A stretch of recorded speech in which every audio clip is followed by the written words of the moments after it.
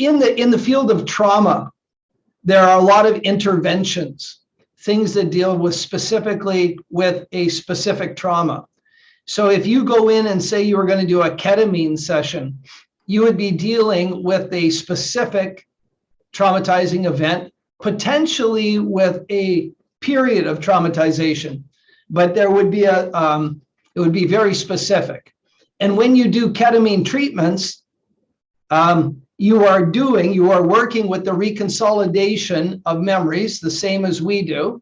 However, you're using a chemical, the ketamine, to undo the traumatizing triggers. And that makes it radically different. I thought I saw Brittany join us, but she's gone. Oh, there's Brittany's back. Yeah, or Brent's back. So in terms of what we do, I'll just do that. In terms of what we do in the trauma protocol, we don't only work with a specific trauma, but we understand that period of 0 to 7, the imprinting phase, is so critical to our mental health as adults. So we spend quite a bit of the trauma protocol making sure that things inside that critical period of 0 to 7 have been dealt with, have been addressed to the best of our ability. And even before that, we work rigorously to understand the scope and breadth of the problem at a non-cognitive level. What do I mean by that? We work really hard to understand the problem at an unconscious level, because in our school of counseling or coaching or therapy, whatever you want to call it, we understand that all behavior and all learning comes from the unconscious mind. Therefore, all change has to occur in the unconscious mind. We also know that, and you can find this in any school of thought you want. When I brought on the information from Tom Asacker about stories we tell, he talks about the period from 0 to 7, where we literally come out of the womb and our brains are clean of programming. And then we get sticky notes about who we are and what we are and how we should behave. Mm-hmm. And these sticky notes become so overwhelming that we memorize them and commit some as patterns of behavior. No, not right now. Okay. And then that just becomes who we are. And I need to mute somebody. And that becomes our patterns of behavior. And I'm going to stress that this period of 0 to 7 is so critical. So when we work with a client using the trauma model, in step 1, we are getting to understand how they do their problem, where their problem resides as a root problem in their unconscious mind. The actual guy. All right, so if everybody could mute their mic for a little bit, that would be awesome. And so the root problem, as you guys who have studied with us and studied PACE, we're always after a problem that exists or started before a person's 7 years old. You know, we've had the odd client who said, yeah, you know, my root problem started at 17. And no, that's not a root problem. That's an adult problem or an adolescent problem, but it's not an adult problem. All right. So I think differently than other treatments is our work at understanding where the problem resides in the unconscious mind, understanding the scope of problems that exist in the 0 to 7 imprinting phase and how those affect our adult life. You can, if you Google, Bruce Lipton talks about this in a very unique way. He said humans are fairly stable when they're born, and we start inducing wobbles from that point onwards. And the wobbles are the imprinting, those things that are imprinted in us. Some are very empowering and some create a wobble. I like his language. It goes all the way back to Aristotle. Aristotle was the first person who articulated that the period of 0 to 7 was so pivotal in human development. And of course, the Jesuit priests know and have said for hundreds and hundreds of years, give us the boy till he's 7, we'll give you the man, which is in fact frightening at a number of levels, right? It's just plain frightening. So tonight I'm going to show you the structure. And again, for those of you who are already trained with us, I apologize. I'm going to show you the structure of the trauma breakthrough. However, for those who haven't studied with us, I think this will be really, really important. And it'll set the context for what I'm doing tonight with my client. So I'm just getting rid of my virtual background, and I'm getting rid of that. So here we go.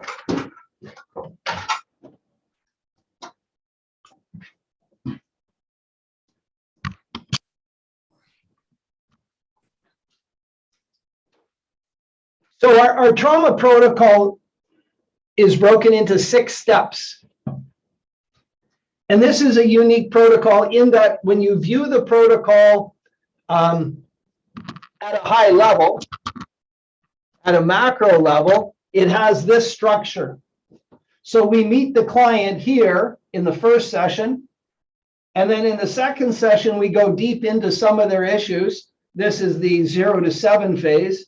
Then in the third 2-hour step, we go even deeper into the traumas and significant emotional events, which in formal psychology, they call adverse childhood experiences, and all the belief structure that emanates from that. Then in the fourth session, we come way up high and we reconnect the past positive aspects of life. And then in the fifth session, we help the person get realigned in life and in their future. And then the sixth step is way out in the future where the person goes out and lives their new beliefs, behaviors, and boundaries. However, in every 2-hour session, we meet the client where they are. We go and we do some work. And then we go a little deeper and do some work. And then before that 2-hour period is over, we take them really up high and then get them up in a really positive emotional state. Then we future pace that and take them out to the future, what their next couple days or weeks are going to be like. And then we send them out, right?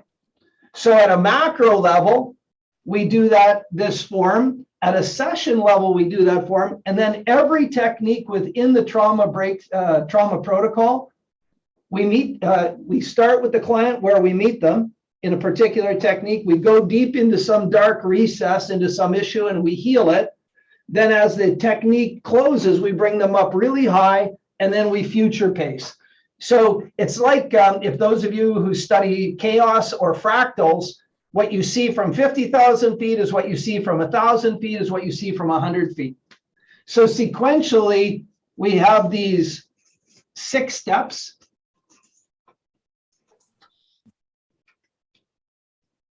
And in step 1 is a rigorous assessment. Now, at the trauma team, we use an assessment tool from the Veterans Administration in the United States that's widely recognized. And for those of you who take notes, it was created by Edna Foa. She's sort of the grand dame of trauma. If any research papers in the 80s, 90s, the early part of this century were written coming out of Walter Reed Hospital, her name will be in it.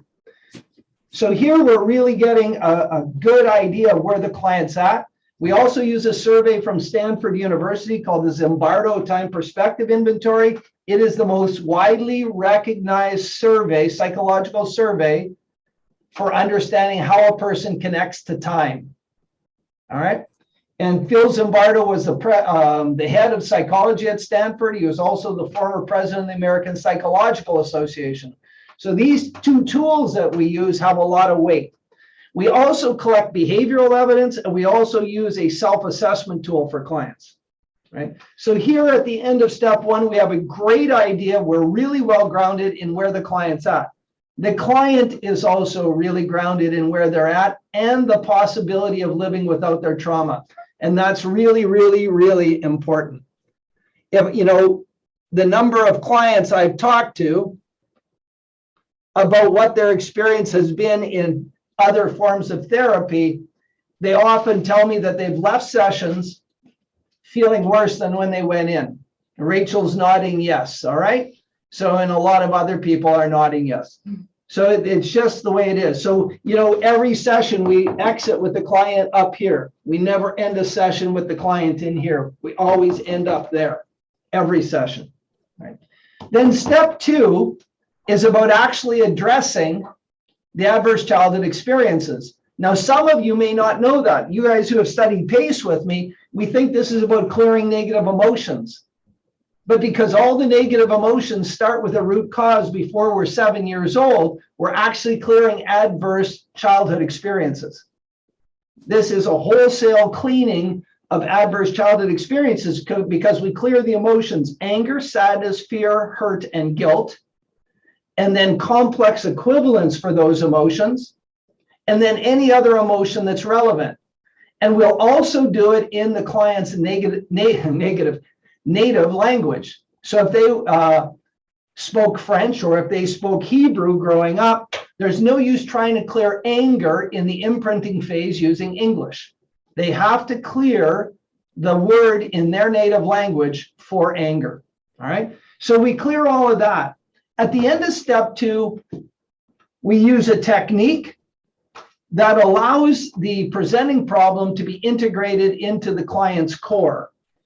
And then that elevates the client so they end up leaving step 2 up there. Step 3 is where we do the trauma work. Step 3 is where we do the trauma work. And in the trauma team protocol, we've taken out some pieces of step 3 to make it narrowly focused on the trauma and the belief structure that comes from being traumatized. And to identify the traumas that we want to work on, we use a tool that was created by Inspired Outcomes, our company, called a timeline scan. And that's what I did with my client before we got online here, is her timeline scan. We identified a series of traumas and then chose the most important trauma to clear tonight, right? We also have the second most important and third most important, but tonight we're only going to clear one, and then that'll leave time for questions that you might have of me or of my client or amongst yourselves, right? So now we're here. Imagine that somebody's been traumatized for a week, a month, a year, a decade, 2 decades. When you meet them here, the story they tell is one of pain and suffering, of being traumatized. It's not pretty. When you clear all their adverse childhood experiences, and you clear their traumas, and you clear the belief structure that followed the traumas, and any other pain, that physical pain that might have manifest, when you get here, the client is hard pressed to tell a story about who they are, because they've been telling a story that they are who they are because of their negative past. So we believe it's incumbent on us then to help the client reconnect to their past positive. You know, this comes from the work when I read David Kessler's book, Capture, I had this aha moment. David Kessler talks eloquently about unraveling the mysteries of mental illness. And he says that, sorry? She had the book. There you go. I love you, Caroline. He says that in that period of 0 to 7, again, the imprinting phase, when bad things happen to us, we neurologically wire and fire the pathway to negative emotions, from stimulus to response, over and over and over again. And in doing that, Hebb's law, the psychological law, says that every time you fire a neurological pathway, it gets more wired, meaning it attracts more neurons. So imagine a person's been traumatized for that decade, and they're living this nightmare, and they're firing and wiring their pathways to negative emotions over and over and over. Those pathways are embellished, they're strong. By step 3, we've undone all of those in this process. And now we wire and fire the neurological pathways to positive emotions. And we have a tool called the internal hard drive, which is the transition tool. It takes us from here to here. It allows the client to self-assess their life in the context of meaning and purpose. And as they do that, they are personally wiring and firing the neurological pathways. And I worked with one female firefighter who said, of all the stuff we did together, stuff being a scientific term, the internal hard drive was her favorite. And when she came in, she had gone over to her mother's house with a bottle of wine on a Friday night, left her kids at home with her husband, spent Friday night writing. Saturday morning, her and her mom got it, and they wrote simultaneously because they were getting so many ideas of when she had found meaning and purpose in her life. She literally came in with a volume of papers.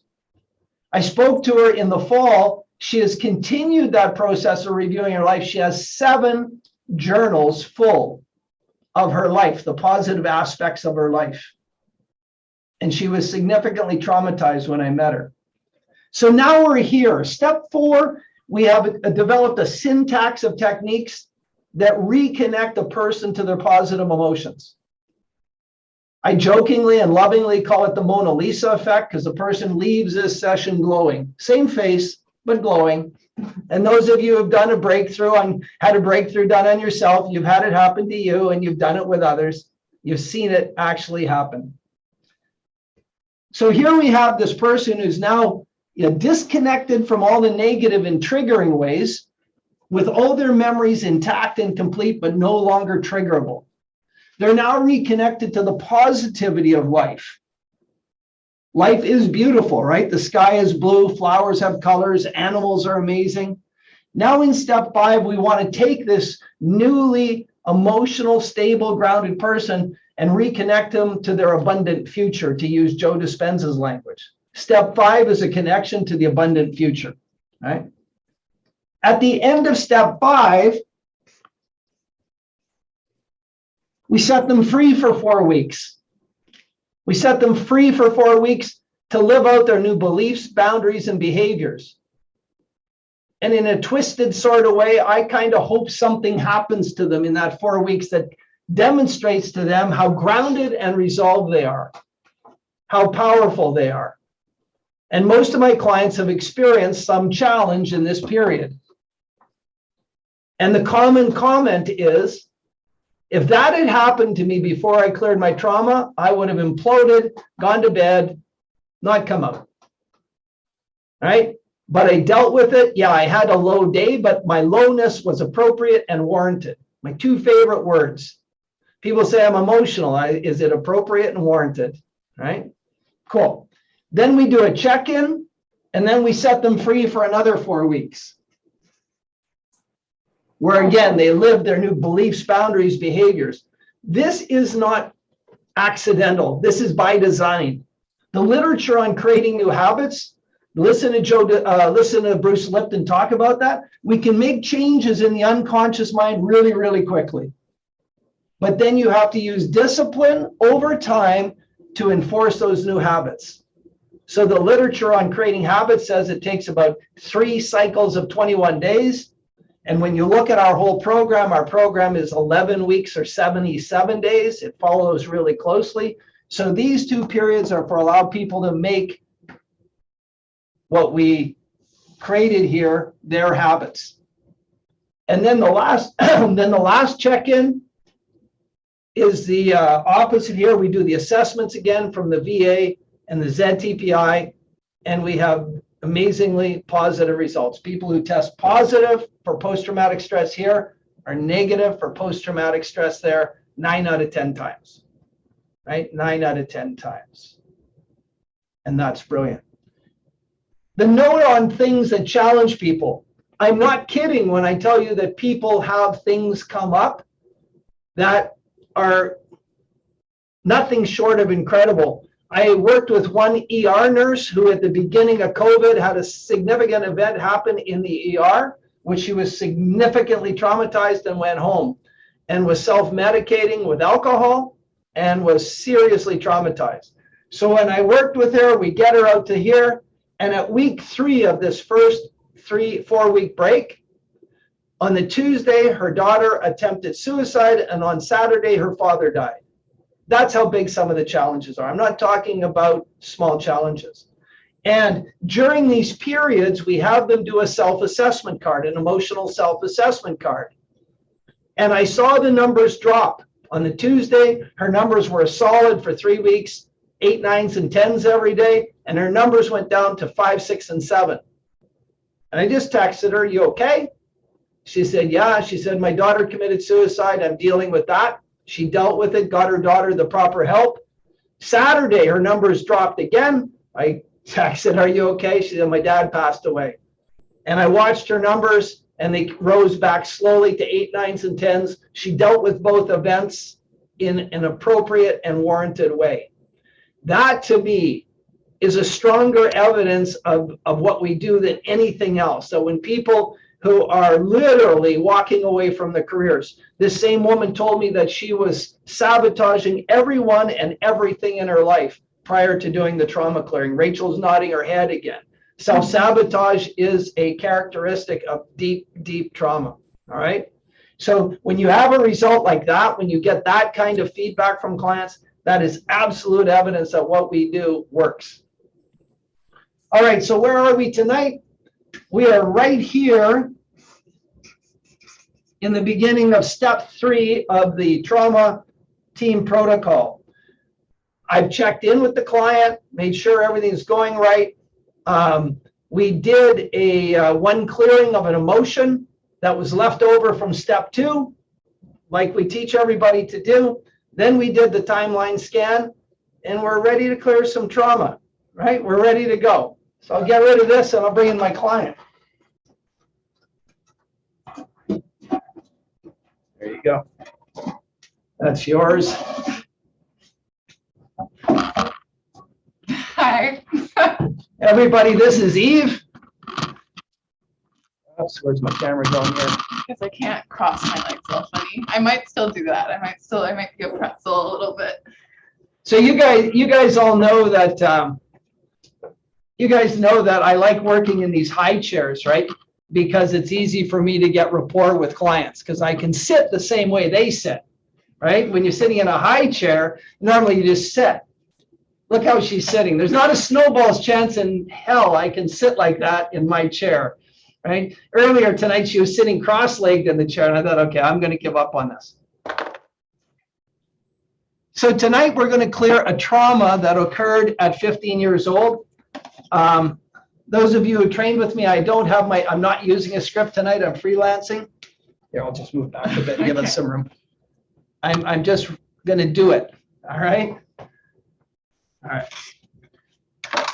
So when we do any work in NLP, we believe that the single biggest thing we can do is get in rapport with the client, right? We also say that any resistance in the client is a lack of rapport. It's not the client's problem. And you guys know, if you call me and you say, I have a resistant client, I'm going to deny you that privilege. I'm going to say, no, you have a lack of rapport. So I don't want to say that Eve had some resistance earlier tonight. We just had a lack of rapport, right? Right on. I was a little bit nervous. Yeah. Yeah, and as you should be, it's warranted. All right, so Eve is 20 years old, and like every trauma client, she's got a story. We're not going to hear the story. We're going to do this ostensibly content-free. Eve's going to share as much or as little information as she wants with us, but we're still going to get the trauma to a place where it's no longer triggering. All right. Now, everybody who's NLP trained, some of you aren't NLP trained, but even if you're not NLP trained, I'd really like you to cue on Eve's face. And I'm going to, I think you're all spotlit, so we're really big on your screen, hopefully. So you can watch Eve's face, watch the color changes, watch all those things that we watch for. So I want to tell you a little bit about trauma, if I could. You to me? Yeah, Okay. not to them. They don't exist. Okay. From this moment forward, just you and me. Okay. All right, cool. All right, This chair is gonna distract. It's so wiggly. Okay. right on. No, that's my intent, the wiggly chair. All right. So trauma isn't something that builds up over time, Eve.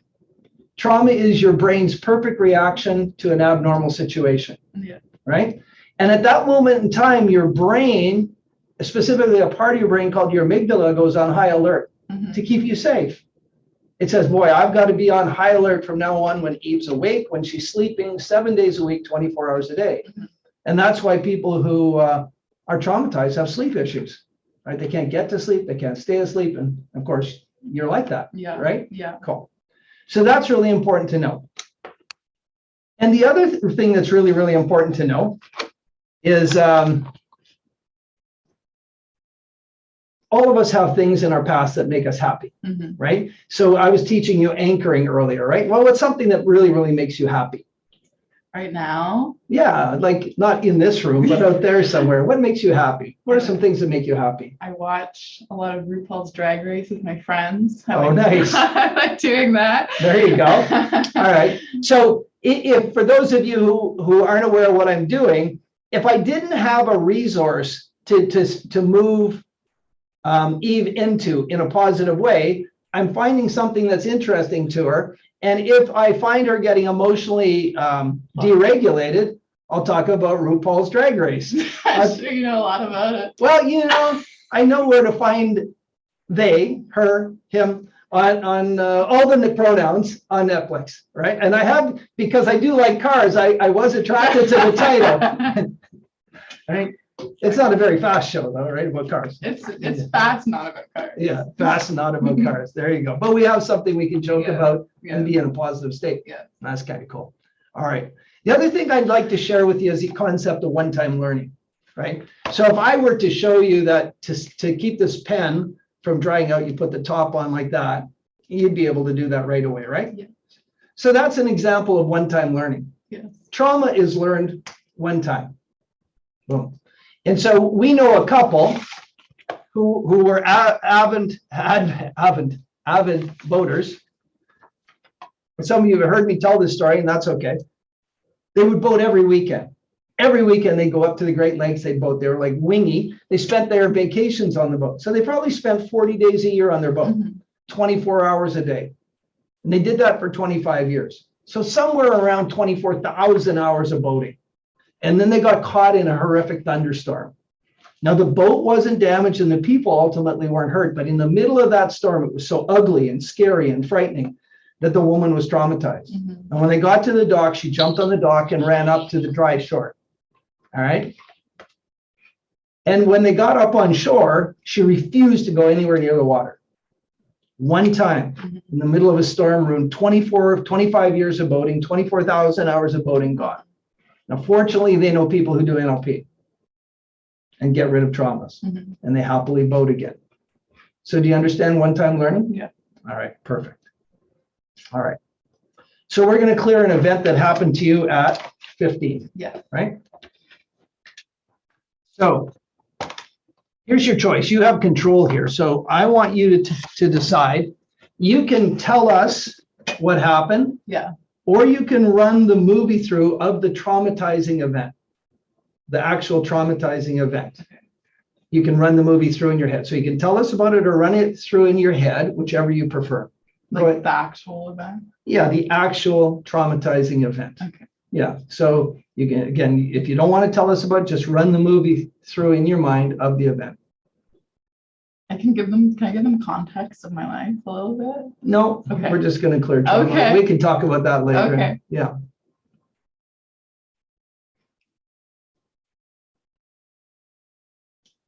Get right in the event and run through it in your mind.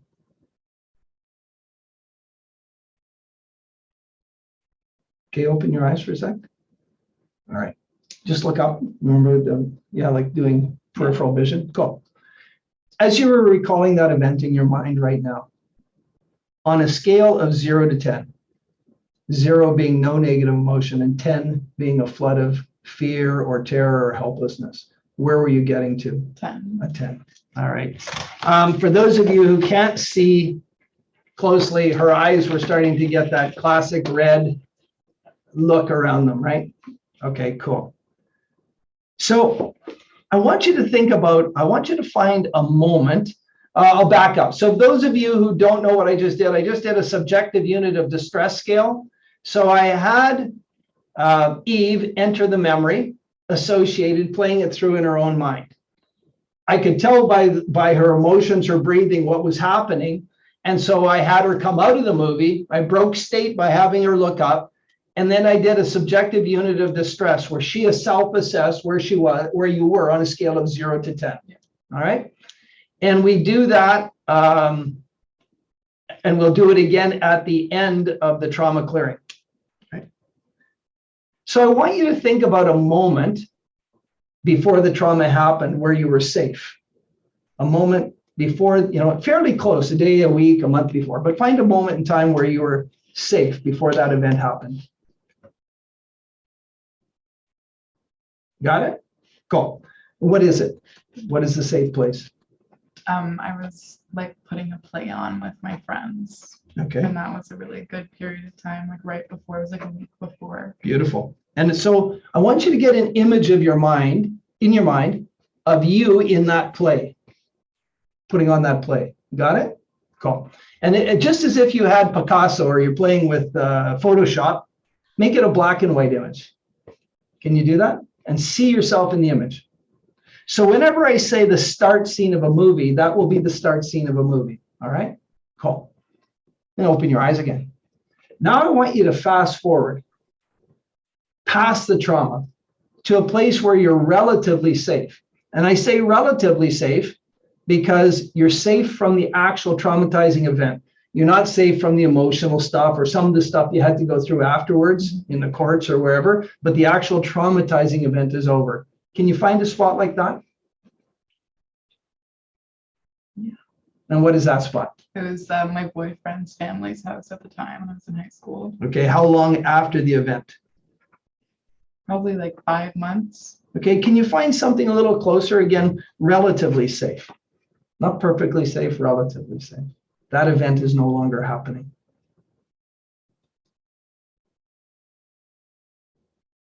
Well, I didn't talk about it until March. It happened in November, but I didn't talk about it till Nobody March. knew till no. No. Oh, okay. Yeah. Okay. So, but for you personally, the event was over. You didn't talk to anybody till March, but sometime after the event in November, you were relatively safe from that event happening. Yeah. Okay. What might that be? Closer to the event. I was just on the improv team. On the improv team? Okay. So get a specific image of you on the improv team, right? And then make it black and white, please. Can you do that and see yourself in the image? All right. Whenever I say the safe end scene of the movie, that's where you'll be. Does that make sense? Yeah. All right, cool. So, yeah, were you going to say something? No? All right, cool. All right, so this is easier done with your eyes closed, and we're all good there now? Yeah. Yeah, cool. All right, so close your eyes. Close your eyes. I want you to float up in the air above your timeline all the way out into the past so that you're above the start scene of the movie where you're putting on the play with your friends. Tell me when you're there.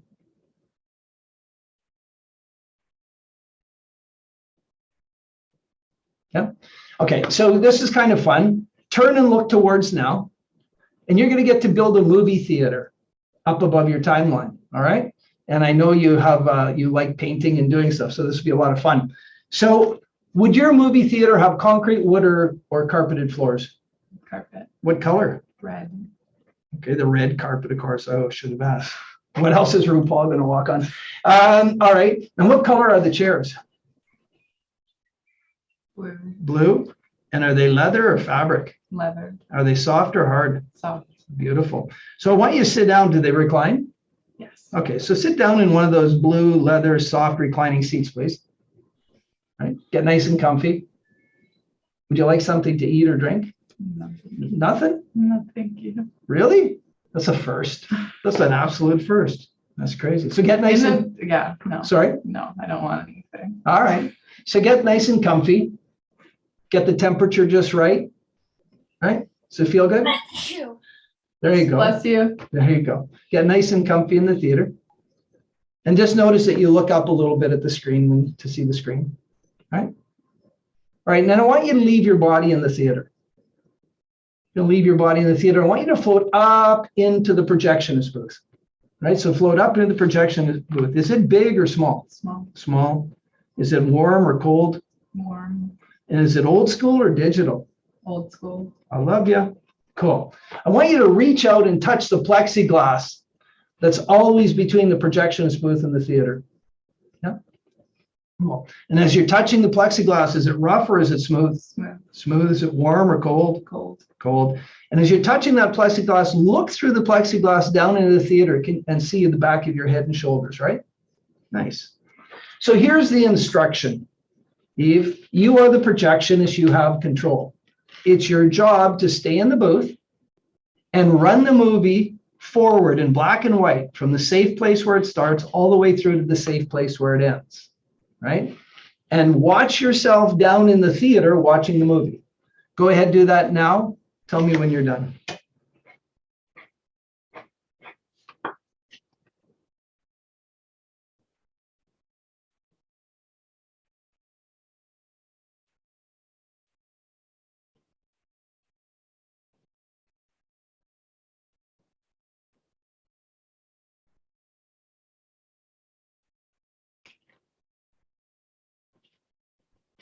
Stay in the booth.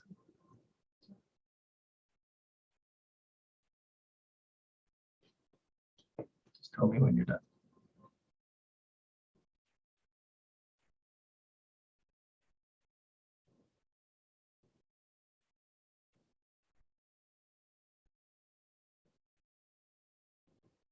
It's a long movie. You may have to play a little faster than real time.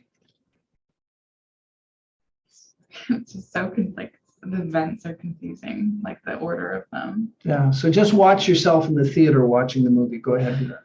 Play it through to the end.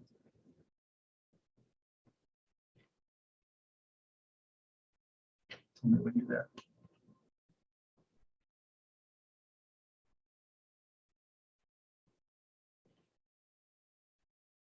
Yeah, cool. So you're the projectionist, you have control. Rewind the movie looking through your own eyes in color. And remember, from where it ends all the way back to the safe place where it starts, remember when a movie rewinds, everything goes backwards, fast, fast, fast.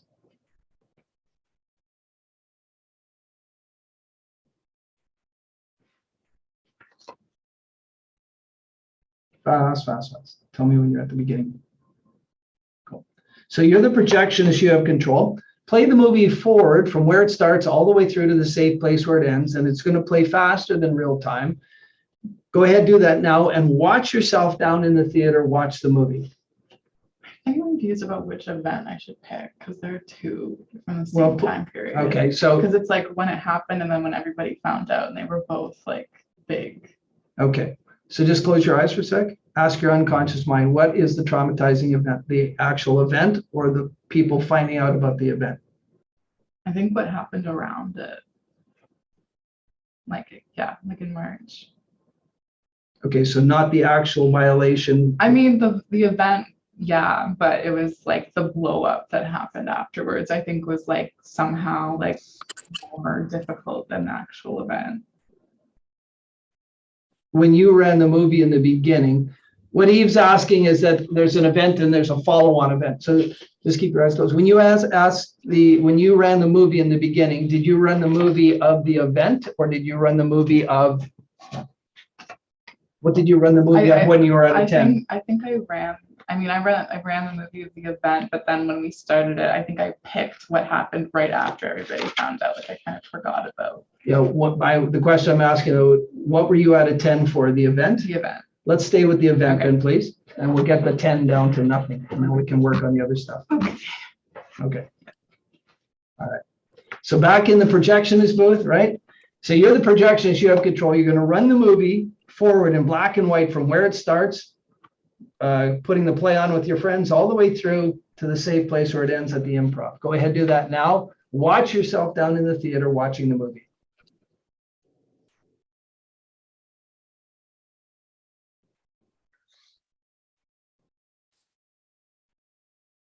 Cool. And you're the projectionist, you have control. Rewind the movie in color, looking through your own eyes. Remember, when a movie rewinds, everything goes backwards, fast, fast, fast. All right, you're the projectionist, you have control. Play the movie forward in black and white from where it starts through to the safe place where it ends. Now this time, as the movie plays, any content that's not 100% relevant will fall away and the movie will get shorter. Go ahead, do that now. Watch yourself in the theater, watch the movie.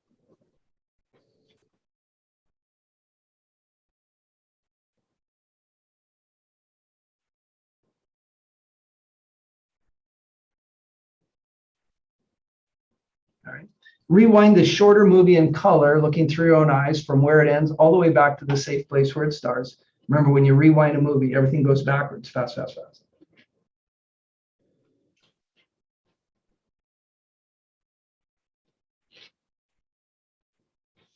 All right, you're the projections, you have control. Play the movie forward in black and white from where it starts through to the safe place where it ends.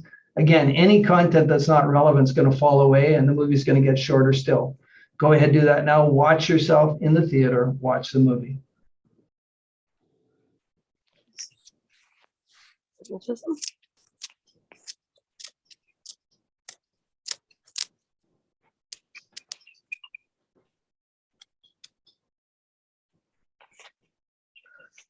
Tell me when you're at the end. Go ahead, close your eyes.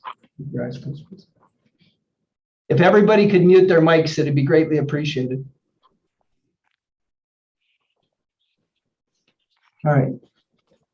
You're the projections, you have control. Play the movie forward in black and white from where it starts all the way through to the safe place where it ends. Now, you've been playing this movie and rewinding it lots. It's starting to fade. Go ahead, do that now. Watch yourself down in the theater, watch the movie.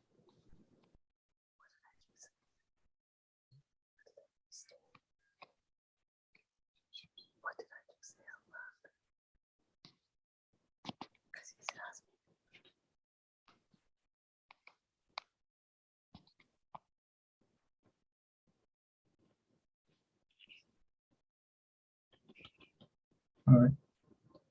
Rewind this faded, shorter movie in color, looking through your own eyes.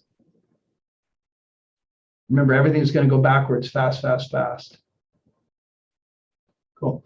So you're the projections, you have control. Play the movie forward in black and white last time, from where it starts all the way through to the safe place where it ends. You've been playing it lots, it's starting to fade. Go ahead, do that now. Watch yourself in the theater, watch the movie.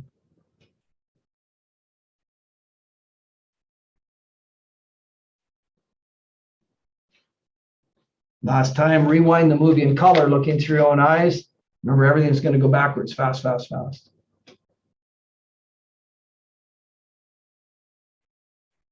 All right, open your eyes. As you think about that event right now, what does it make you feel? Right now, what are you feeling? I don't know. It doesn't Give it a name. more comfortable. More comfortable? Yeah. Okay. So ask your unconscious mind, Eve, how many more times would you have to play the movie forward in black and white and rewind in color such that that particular event never triggered any inappropriate or unwarranted negative emotions? What number comes to mind? 6. 6. Okay, cool. So close your eyes. Let's go back in the theater, right? How's the blue chairs on the red carpet? Everything still cool? Mhm. You want some food this time? We got to go 6 more times. You all good? All right. All right. So leave your body in the theater and again, go up into the projections booth, right? Everything's still the same? Everything's good? All right. You're the projections, you have control. Play the movie forward in black and white from where it starts all the way through to the safe place where it ends. It's faded, it's shorter. Watch yourself down in the theater, watch the movie.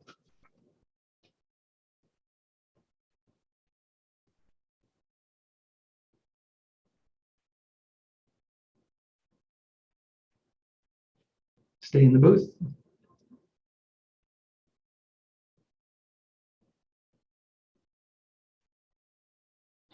Rewind this shorter faded movie in color, looking through your own eyes. From where it ends all the way back to the safe place where it starts. Remember, everything goes backwards, fast, fast, fast.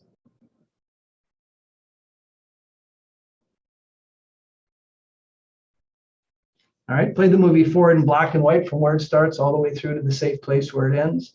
The movie continues to fade. Go ahead and do that now. Watch yourself down in the theater watching the movie.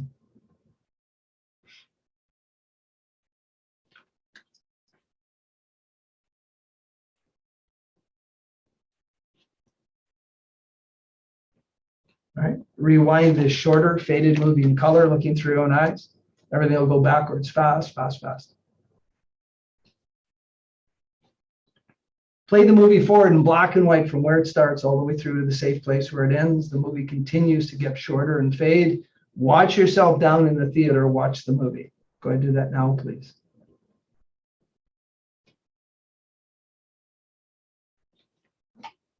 And rewind the shorter faded movie in color, looking through your own eyes. Everything will go backwards, fast, fast, fast. All right, play the movie forward in black and white from where it starts through to the safe place where it ends. Movie continues to fade. Watch yourself down in the theater watching the movie. Go ahead and do that now, please.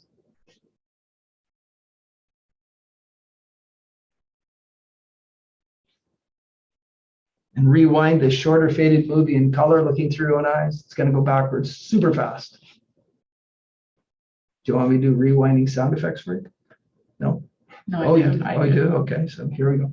So play the movie forward in black and white from where it starts all the way through to the safe place where it ends. Movie continues to fade and get shorter. Go ahead and do that now. Watch yourself down in the theater watching the movie.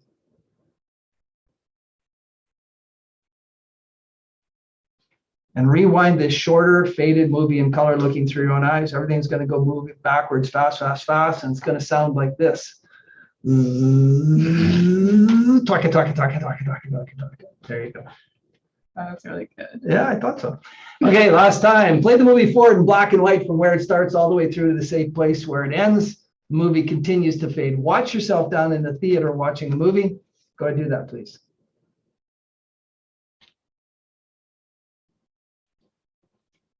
And rewind the movie in color, looking through your own eyes. It's going to go backwards fast, fast, fast, with or without sound effects.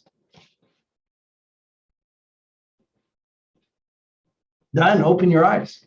Welcome back. How are you? Cool. All right. So again, you have your choice. You can tell us about what happened, or you can just run that movie through in your mind's eye. Which would you prefer to do? Probably in my head. Probably in your head. Well, cool. Go ahead and do that. Close eyes. Yeah. Yeah. Just run that movie of what happened that night through your head.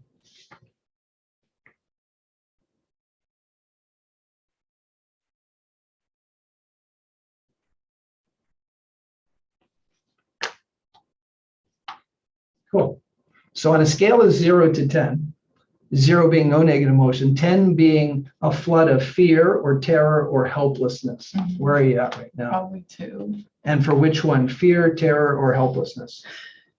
Probably fear. Fear. Cool. All right. Ask your unconscious mind, how many more times would you have to run the movie forward in black and white and rewind it in color to move that 2 down to a 0? What number comes to mind? Probably 2. 2 more times. Beautiful. So let's go back into the blue comfy seat in the red carpeted theater. When does RuPaul arrive? Right at the end. Closing credits. All right. Everything's still good? All right. So leave your body, float up into the projections booth. You're the projectionist. You have control. Play the movie forward in black and white from where it starts through to the safe place where it ends. The movie continues to fade. Do that now. Watch yourself in the theater. Watch the movie.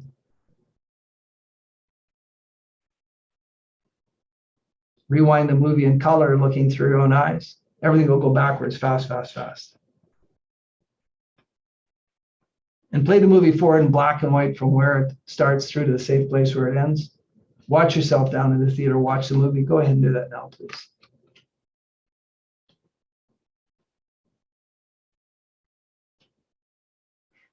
And rewind the movie in color, looking through your own eyes. Everything's going to go backwards, fast, fast, fast, because I'm going to give it sound effects. Here we go. Zip, twaka, twaka, twaka, twaka, twaka. We're done. Open your eyes.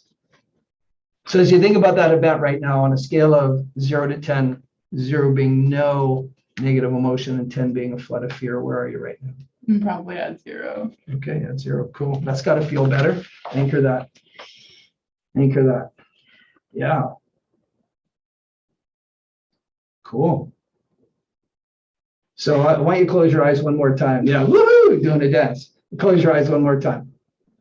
So I want you to go out into the future, Eve, to some unspecified time in the future when this subject might come up again, that particular event might get mentioned. And going out into the future, notice how you react now. How do you react? Not as much as I would have. Well, how specifically? Share how you react in the future when this topic comes up now. I think I'll be calm and I'll be able to like think instead of react. It's got to be good. Yeah. Anchor that. And being able to think and be calm. What does that make you feel? Calm. Calm. Mhm. Beautiful. I'm anchoring. I'm stealing it. It's mine. I'm stealing your calm. All right, come on back. All right. Let's let Eve have a break for a moment. And I'll just unpack because some people here don't know the trauma model. So I'll just unpack a little bit. We did the SUDS pre and post. So she was at a 10 when we started. She was at a 2 for fear when we stopped. And then I asked her a question, how many more times would you have to run it forward in black and white and rewind it in color? She said 2. And we did that and she's at a 0. To me, that's a huge success. And you guys who are calibrating on her face, you can see the color in her face was very blotchy and red in the beginning. And here it's quite consistent. In the beginning, the color in her lips was almost non-existent. It was hard to see her lips. And here you can see her lips are very dominant. So her lips are full of oxygen and blood, and they're quite red. So it's quite beautiful. You can see the change on a number of levels. Those of you guys who are watching her breathing, it's kind of hard on her and I being in the same picture, but hopefully you could see where the breathing moved in the first couple runnings of the video. In the movie theater, the breathing was up here and it dropped down into her diaphragm on about the 4th or 5th one. I forget which, right? So the trauma team protocol is based on giving the client control. People who are traumatized, there is no beginning, middle, or end of their trauma. It just keeps cycling and cycling and cycling. So when we ask a client, can you find a safe place where this starts and a safe place where it ends, and they pick those spots, they are actually taking control of the trauma, putting bookends on it. That's the first act of control of that event in their life. And then they get to create their own movie theater. They have control. And then they're the projectionist. They have control. And they rewind it. They have control. So they're in control of the whole game. And that's a very covert but powerful messaging that's going deep inside. And then by running the movie forward in black and white and rewinding it in color, we're changing the submodalities of the event. The submodalities being the subsectors of visual, auditory, and kinesthetic. And whenever you change the submodalities of any life experience, so however you code a life experience in submodalities, when you change that, you experience the event as different. And so the event is no longer triggering. Mm-hmm. Now, what we did, why I asked Eve to access the memory is we want to dip our toe in the memory and activate the memory. When we activate the memory, it goes into a period of being labile, labelization, where it's changeable or malleable. And so that opens the window for about 6 hours to actually work on the memory. Well, we did the work in about, 25 minutes, right? Tonight, when Eve goes home, that memory will now go into long-term memory. That memory, that traumatic memory, that memory that was previously traumatic and now is not, before was always referenced by her amygdala, that little one. So the memory always had an amygdala component in it. It no longer does, because she said, I'm calm and I can think rather than react. So tonight when you go to sleep, it's going to leave the amygdala part of your memory library and it's going to go over to the hippocampus part of your memory. Mm-hmm. Now, I like my own metaphors. I do. So the hippocampus part of your library and your memory is all pastel colors, mm-hmm. soft music, and a cappuccino machine. The amygdala part of the library looks like a scene from Harry Potter, right? So that memory now came out of the library from there. And when you wake up tomorrow morning, it'll be in the hippocampus, right? Yeah. And you'll be talking to Maria or some friend. You're not gonna believe what Allen did last night, but that thing that used to bother me so much, and you're gonna have that look on your face right there, mm-hmm. just smiling. And every time you activate the memory and are calm and resourceful like this, the memory gets more solid, and that's why we don't have recurrence. Right? That's why we don't have recurrence. So that's unpacking the trauma protocol at a super high level. All right. For those of you who haven't come and trained at Inspired Outcomes, I suggest you do.